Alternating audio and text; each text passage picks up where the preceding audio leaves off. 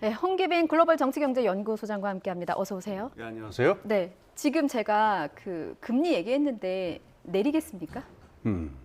지난주에 네. 그 예리한 시츄에이션이 한 번 있었는데요. 어떤 건가요? 예, 앵커님께서 그때 그 FOMC에서 이 발표를 한 뒤에 그 미국 주식시장이 이렇게 반등을 했거든요. 네네. 그러니까 앵커님께서 이거 오르지 않겠어요? 이렇게 물어보신 적이 있었어요. 그렇죠. 그때 제가 살짝 말을 뺐죠. 저는 예. 예측 같은 거 안 한다고. 아니나 다를까 그날 저녁에 또 다시 이렇게 폭락을 했어요. 예, 맞아요. 그렇죠. 네. 지금 또 다시 반등했습니다. 그러니까는 그 예측을 안 한다라고 하는 제 원칙을 좀 전제로 하고요. 예. 지금 상황에 대해서 좀 말씀드릴게요. 예. 스태그플레이션이라고 얘기를 하는데 이거는 지금 경기가 안 좋아지는 이유는 금융적인 이유에서 안 좋아지는 건 아니에요. 그렇죠. 원가가 올라가고 그것 때문에 시장 구조가 무너지는 건데 네. 금융 부분은 금융 부분대로 대응할 수밖에 없어요. 그래서 금리를 낮추고 있는 건데 예. 여기서 문제가 되는 거는 그 영어 속담에 줄로 민다라고 하는 그런 아이러니가 있어요. 무슨 뜻인가요? 줄로 당기는 건 말이 되죠. 예. 그 힘을 받죠. 근데 밀 때는 줄로 밀어봐야 힘을 못 받잖아요. 그렇죠. 예. 그러니까 지금 같은 상황에서 금리를 올리는 게 과연 상황을 잡을 수 있는 그 묘책이냐라고 하는 데 대한 불신을 표현하는 말입니다. 네. 지난주에 이렇게 그 주가가 춤을 췄던 이유는 일단 금융시장의 합의를 갖다가 그 연준에서 반영을 한 부분이 있어요. 그거는 예. 이제 좋게 반응을 하지만은 지금 벌어지고 있는 인플레이션이라고 하는 사태는 이거 비용 쪽에서 발생하는 건데 네. 이걸 금리라든가 이 금융 쪽의 방법, 뭐 유일한 방법은 금리를 올리는 것밖에 없습니다만은 이것으로 충분히 막을 수 있는 것인가에 대한 신뢰는 없어요. 예. 그러니까 지금 경기 침체는 계속될 거다라고 하는 비관적인 전망이 압도적이고 예. 그다음에 연준이라든가 금융 쪽은 금리를 올릴 수밖에 없다라고 하는 것도 분명합니다. 예. 그래서 내년 정도까지 또 2024년까지 그 연준 금리의 경우에는 한 3% 정도를 유지할 가능성이 거의 뭐 확실하죠. 예. 그런데 이것이 그 인플레이션을 잡거나 경기를 잡을 수 있는 가능성에 대해서는 비관적인 상태입니다. 이게 지금 상황인데요. 여기서 한 가지 재미있는 게 있습니다. 예. 금융 정책에서 가장 중요한 거는요. 실물 경제보다 금융 시스템의 붕괴입니다. 그래서 금융 자산이 급격하게 가치가 붕괴한다든가 금융기관들이 줄도산을 한다든가 이런 걸 막는 게 일차적인 목표예요. 금융 지금 정책에서. 보면은 코스피나 코스닥이 어제 보면은 연중 최저점을 찍었거든요. 예, 이게 예. 금융시장의 붕괴라고 말할 수 있는 정도의 수준인가요? 그 가격이 내려가는 게 문제가 아니고요. 예. 기관들이 무너지는 게 문제입니다. 그러면은 기관들끼리는 서로 이렇게 저희 부채 관계를 엮여 있기 때문에 예. 시스템 전체가 붕괴할 수 있거든요. 그러니까 여러분 조심하셔야 되는 게 가격의 하락이라고 하는 걸 가지고서 금융 시스템의 붕괴라고 생각하시면 안 돼요. 큰 금융기관들이 무너지는 사태, 그게 더 위험한 사태겠죠. 그렇군요. 네. 지금 여러 가지 상황을 좀 짚어주셨는데 상황을 이제 제가 알아듣기로는 예, 예. 예측보다는 지금은 우리가 할 수 있는 거는 대응인 것 같거든요. 예, 예. 그 금리가 오르는 거는 기정사실화된 것 같고 어쨌든 우리는 지금 금리가 지금보다 더 오른다면 어떻게 대응을 해야 될까 이 부분이 저는 고민이더라고요. 그래서 예, 예. 뭐 지금 우리 뭐 개미들 보면은 B2라고 해서 뭐 신용대출이나 뭐 다른 기타 대출을 이용해서 투자를 하신 분들도 있고 집을 사신 분들은 주택담보대출이라 그래서 정말 영혼까지 끌어모아서 담보대출 받으신 분들 예, 예. 있잖아요. 고정금리를 받으신 분들은 상관이 없는 건가요? 그냥 일단 갚지 말고 계속 원리금을 내면서 상환하는 게 낫고 꼭 그렇지 않습니다. 그런가요? 네, 고정금리라고 돼 있는다고 하더라도요. 예. 그 계약에 따라 가지고서 추가 비용이라고 해서 또 붙는 게 있어가지고 그거는 정관을 잘 보셔야 돼요. 아 그런가요? 예, 지금 상황에서 이 고금리 상황은 이렇게 생각을 좀 바꾸셔야 됩니다. 참고로 어떻게? 예. 고금리 상황이라고 하는 게 역사적인 지금 상황인데 예. 1950년대부터 지금까지 미국의 그 금리 정책을 갖다가 쭉 보면은요, 1950년대에서 1980년대 초까지 30년 동안은 예. 계속 올라갔습니다. 금리가. 그러다가 1980년대 초부터 지금까지, 그러니까 예. 2022년 초까지 계속 내려갔었거든요. 예. 지금 올라가고 있는 국면이에요. 아. 이건 무슨 얘기냐면은 지난 30년 동안의 금융 투자에 대한 상식을 거꾸로 뒤집어야 되는 뉴노멀이라는 말이 있죠. 예. 뉴노멀이 등장한 겁니다. 금리는 이제부터 계속 오른다고 생각을 하셔야 됩니다. 그러면 첫 번째로 아까 그 빚내 가지고 주식 투자하신 분들 있죠. 예. 원래 그 재테크 교과서에 나오는 첫 번째 얘기가 있는데 빚내서 투자하지 말라는 얘기가 있어요. 아. 이게 정상화될 때는 시장 전체가 상승할 때 그런 건데 지금 고금리 상황이라고 하는 게 오늘 내일 끝날 일이 아니고 네. 5년, 10년 계속될 것이다라고 생각하면요.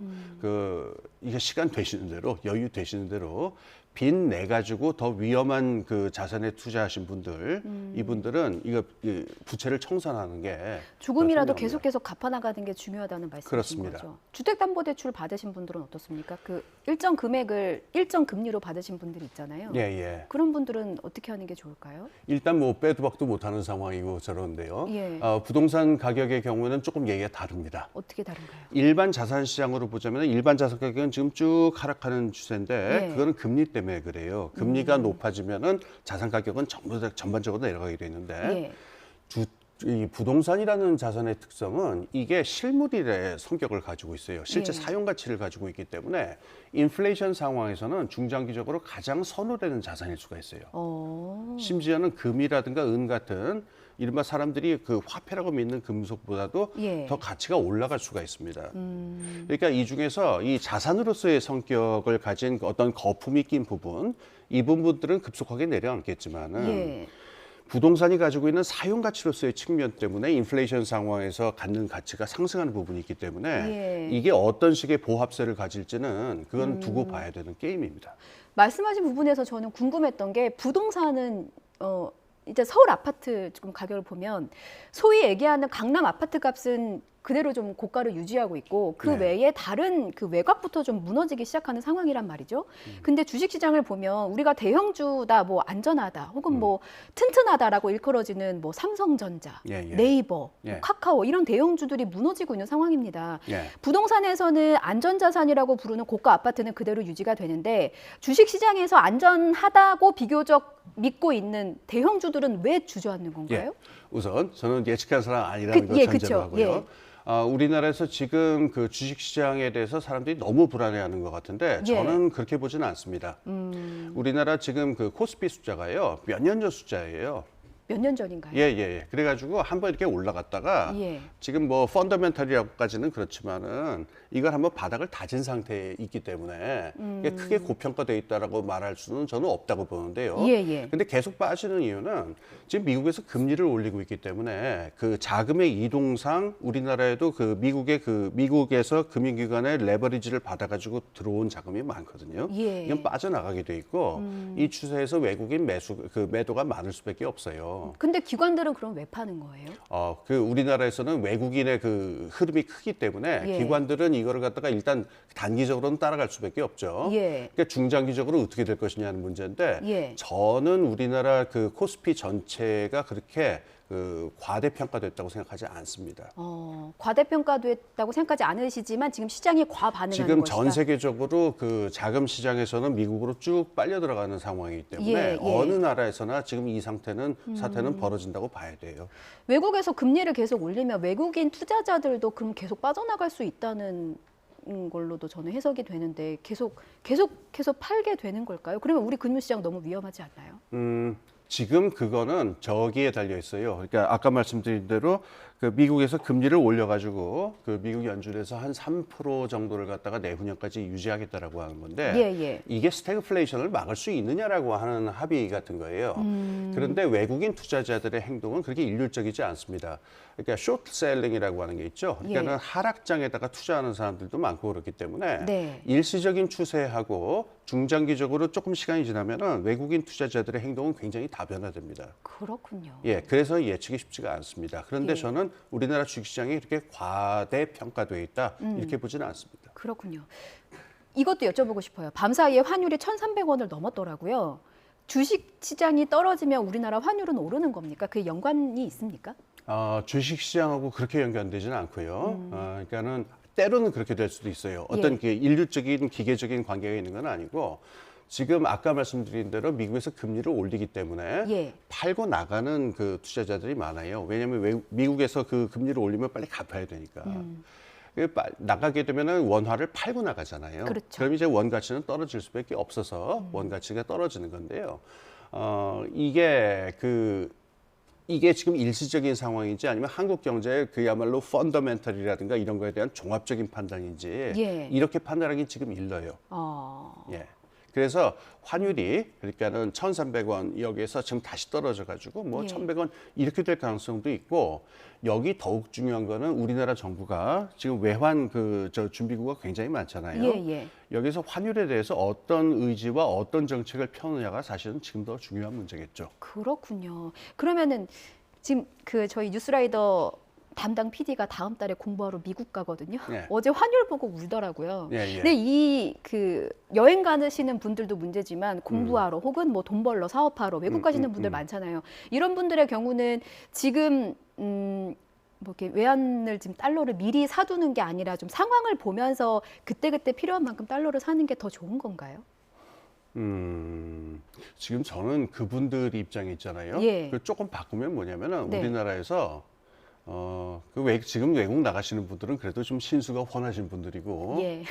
국내에 있는 분들이 그 수입 물가 있죠. 그렇죠. 이거랑 같은 예. 문제예요. 지금 본질적으로. 예. 외국에서 그 물건을 사야 되는데 그 외국으로 나가셔서 사든 아니면 우리나라에서 수입을 해서 사든 똑같은 예, 문제인데 예. 지금 환율 때문에 지금 이렇게 문제잖아요. 그렇죠. 지금 국내의 물가가 수입 물가가 올라가는 이 문제가 있고 그다음에 지금 말씀하신 그 PD님도 똑같은 문제예요. 예. 그래서 이걸 생각하면은 환 가치를 올려줬으면 좋겠죠. 예. 근데 환 가치를 올리게 되면 또 다른 문제가 발생을 할 수가 있으니까 정부가 지금 빨리 입장을 취해야 되거든요. 환율 가치를 어떻게 할지. 예. 그런데 이거를 나눠서 살지 어떻게 할지 저는 예측은 안 합니다만은 예. 예. 흐름상 저는 그렇게 우리나라 환 가치가 불안한 상태는 아니라고 생각해요. 지금 조금 좀 과하게 환율이 올라갔다 하더라도 예, 예. 저는 조금 환율이 좀 제자리로 돌아오지 않을까 저는 그런 돌아오지 쪽으로 생각하는 않을까. 편입니다. 예, PD의 안도의 한숨 소리가 좀 들리는 것 같기도 하고. 자, 끝으로 이거 하나만 질문 드리겠습니다. 지금 금리가 올라가니까 하우스 푸어 혹은 신용불량자가 많이 늘어날 것이다라는 예측 보도가 많이 나오고 있는데 이러면 우리나라 경제에는 얼마나 큰 타격이 오겠습니까? 하우스 푸어 문제죠. 지금 이 문제가 있어요. 우리나라 자산, 한국인들이 가지고 있는 자산의 한 70%가 부동산 자산이거든요. 그러니까 금융자산의 양이 굉장히 적습니다. 예. 부동산 자산이 많아서 우리나라 사람들의 부를 구성하는 제일 큰 부분이 부동산이라고 해도 과언이 아닌데 예. 문제는 이 부동산이 지금 말한 대로 시세로 구성이 돼 있단 말이에요. 그렇죠. 여기서 하우스 푸어가 생긴다라고 하는 문제, 다시 말해서 부동산 가격 전체가 하락을 하게 되면은 이거는 둠스데이 머신이라고 영어로 얘기하는데 시스템 전체가 박살이 날 수 있어요. 그렇기 때문에 아까 제가 초두에 말씀드렸지만은 금융 정책에서 가장 우선되는 거는 실물 경제 건강성보다도 금융 시스템의 안정성이거든요. 이러면 예. 정말 사회가 난리가 나기 때문에 예. 저는 부동산 가격이 완전히 하락하는 쪽으로 정책이라든가 시스템이 움직이는 가능성은 별로 없다고 생각하는 편입니다. 그렇군요. 일단은 부동산 시장도 그렇고 금융 시장도 그렇고 일단은 안정적인 게 정부도 좋고 좀 국민들도 좋은 것 지금 같기도 하고요. 괴로우시겠지만 예. 그러니까 뭐 이게 부동산의 대폭락이 벌어지는 쪽으로 사회 시스템이 갈 것이냐 저는 그렇게 생각하지는 않은 편이에요. 괴로울 뻔했는데 조금 마음이 놓이기도 합니다. 그게 좋은 건지는 모르겠습니다. 예, 오늘 말씀 여기까지 듣겠습니다. 예. 지금까지 홍계빈 글로벌 정치경제연구소장과 함께했습니다. 잘 들었습니다. 네, 감사합니다.